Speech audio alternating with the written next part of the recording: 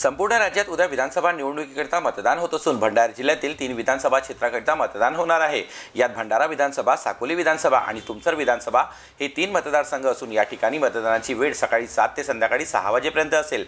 भंडारा जिल्ह्यात 1167 मतदान केंद्र असून 3 विधानसभा क्षेत्रात 50 उमेदवार निवडणुकीच्या रिंगणात उभे आहेत। यात भंडाऱ्यात 19 उमेदवार तर साकोलीमध्ये 13 उमेदवार, तुमसर या ठिकाणी 18 उमेदवार रिंगणात असून तिन्ही मतदारसंघात 5,09,892 महिला मतदार तर 5,06,974 पुरुष मतदार मतदानाचा हक्क बजावून आपला लोकप्रतिनिधी निवडतील।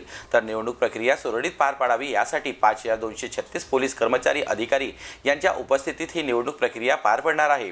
तर ही विधानसभा निवडणूक महाविकास आघाडी विरुद्ध महायुती अशी लढत होत असली तरी भंडारा विधानसभा क्षेत्रात महायुतीच्या वतीने शिवसेना एकनाथ शिंदे गटाचे आमदार नरेंद्र भोंडेकर हे दुसऱ्यांदा निवडणूक लढत आहे।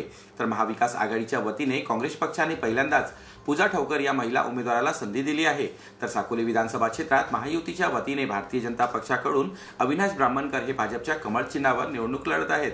तर महाविकास आघाडीच्या वतीने काँग्रेस प्रदेशाध्यक्ष नाना पटोले या निवडणुकीत उभे आहेत।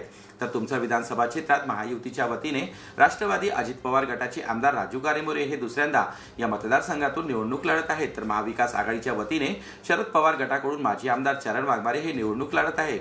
तर उद्या भंडारा जिल्ह्यात 3 मतदारसंघाकरिता मतदान होणार असून मतदार राजा कोणत्या पक्षाच्या उमेदवाराला पसंती देत निवडून देतो हे 23 नोव्हेंबरला होणाऱ्या मतमोजणीतून स्पष्ट होईल। त्यामुळे तुम्ही देखील लोकशाहीच्या सर्वात मोठ्या उत्सवात सहभागी होऊन नक्की मतदान करा। जीबी न्यूजचे प्रत्येक अपडेट मिळवून घेण्यासाठी तुम्ही आमच्या चॅनलला लाईक करा, सबस्क्राइब करा आणि शेअर करा। तसंच बेल आयकॉनला सुद्धा प्रेस करा। आपला जिल्हा, आपली बातमी, जीबी न्यूज भंडारा।